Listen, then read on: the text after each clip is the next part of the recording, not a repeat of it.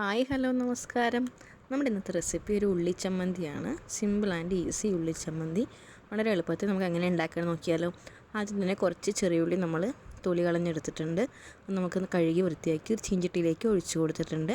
അതിനുശേഷം നമുക്കതിലേക്ക് കുറച്ച് വെളിച്ചെണ്ണ ഒഴിച്ചു കൊടുക്കാം. വെളിച്ചെണ്ണ ഒഴിച്ചു കൊടുത്ത് നല്ല രീതിയിലൊന്ന് വഴറ്റിയെടുക്കുക. കുറച്ച് ഉപ്പ് കൂടി ഇട്ട് കൊടുത്ത് വേഗം തന്നെ ഒന്ന് വഴറ്റി കിട്ടും.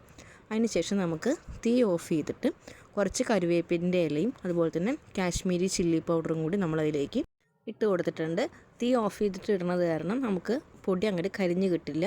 അപ്പോഴാണ് ഒരു ടേസ്റ്റ് ഉണ്ടാവുക. അത് കാരണമാണ് തീ ഓഫ് ചെയ്തിട്ട് നമ്മൾ ഇട്ട് കൊടുത്തിരിക്കുന്നത്. നമുക്ക് മിക്സർ ജാറിലേക്ക് മാറ്റിയിട്ട് ചൂടാറിന് ശേഷം നമുക്കൊന്ന് അരച്ചെടുത്തിട്ടുണ്ട്. നമ്മളത് അരച്ചെടുത്ത ശേഷം നമുക്കൊരു പാത്രത്തിലേക്ക് അതൊന്ന് മാറ്റി കൊടുക്കാം.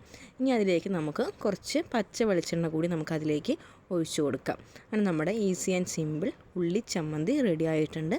അപ്പോൾ റെസിപ്പി ഇഷ്ടമായെങ്കിൽ വീഡിയോ ലൈക്ക് ചെയ്യുക, ഷെയർ ചെയ്യുക, ചാനൽ സബ്സ്ക്രൈബ് ചെയ്യുക. താങ്ക്